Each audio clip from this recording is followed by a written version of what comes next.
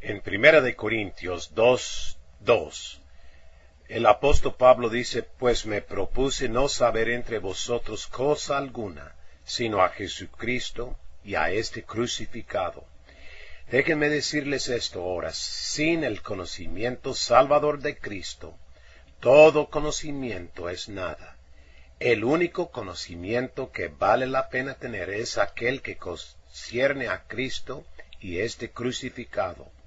Aquel alma que ha sido iluminada por el Espíritu de Dios busca remedio por su pecado y lo encuentra solamente en Cristo crucificado. Pablo siempre habla de la muerte de Cristo y este crucificado, porque en la muerte de Cristo nosotros vemos la persona de Él, es decir, quién es Él, y es el Dios hombre, tanto Dios como si no fuera hombre, y tanto hombre como si no fuera Dios, como el apóstol dijo en Hebreos 1:3, el cual siendo el resplandor de su gloria y la imagen misma de su sustancia, y quien sustenta todas las cosas con la palabra de su poder, habiendo efectuado la purificación de nuestros pecados por medio de sí mismo, se sentó a la diestra de la majestad en las alturas. Es quien murió que lo hace tan importante. Su sangre es la sangre de uno, quien es Dios como hombre. Y si no es Dios, lo que hizo no es nada, no tiene ningún valor.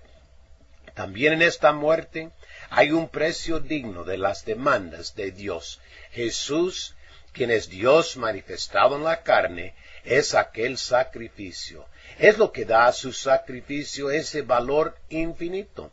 Nosotros sabemos que en el día que Cristo fue crucificado, habían dos más crucificados juntos con Él, pero ninguno de ellos pudo salvarnos. Es Cristo nada más. Por eso digo, es quien murió que puede cumplir las demandas, porque solamente su sacrificio tiene el valor infinito. Fue un sacrificio que Él ofreció, no en las cortes del cielo, que pagó de la abundancia de sus riquezas, sino se humilló a sí mismo, haciéndose obediente hasta la muerte y muerte de cruz. No hay riquezas en el cielo ni en la tierra que puede redimir una sola alma. Dios tendrá que dejar de ser Dios para salvarnos en otra forma. Los apóstoles declaran que el precio de la plata y oro y la sangre de los toros y de los machos cabríos no tienen valor suficiente para salvar a nuestras almas. En esta muerte de Cristo hay mérito y satisfacción que es aceptado por Dios. Por su muerte una satisfacción fue hecha a Dios. Esta fue el rescate que Cristo pagó por su pueblo. Un rescate es un precio adecuado, pagado por un sustituto. Y Él se dio a sí mismo para salvar nuestra vida. Es el precio que requiere Dios. No es una opción, sino es el único precio que Dios acepta. Cristo sufrió el castigo que nosotros debíamos haber sufrido. Esta muerte y satisfacción es lo que Cristo hizo a Dios, no a nosotros. Los sacerdotes del Antiguo Testamento rociaron el propiciatorio hacia Dios. Cristo no murió para ganar nuestra simpatía, murió para que el Dios Santo pudiera salvar nuestras almas. Murió para que Dios sea el justo y el que justifica al que es de la fe de Jesús. Su muerte no es un patrón, sino un pago. Su muerte no es un ejemplo que seguimos, sino es una expiación quitando nuestro pecado.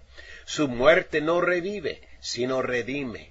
Nuestro problema es con la ley y con la justicia santa de Dios. Y no podemos ir libres hasta que alguien pague nuestra deuda del pecado delante del Dios Santo. Ahora Dios puede recibirnos y perdonarnos porque el Señor Jesucristo pagó nuestra deuda del pecado a quien fue debido. Y cuando Dios cargó en Cristo el pecado de todos nosotros, no cargó en Él la maldad de nuestro pecado, no cargó en Él la suciedad de nuestro pecado, sino cargó en Cristo la culpa y el castigo de ello. Y Cristo tomó nuestros pecados y los clavó a su cruz y respondió por nosotros. En esta muerte hay completa satisfacción. Por eso Pablo dijo al pastor Timoteo, pero la gracia de nuestro Señor fue más abundante con la fe y el amor que es en Cristo Jesús. Por eso, por la abundancia del valor de su muerte, digo que hay una completa satisfacción. Su muerte es más que suficiente para pagar la deuda de mis pecados.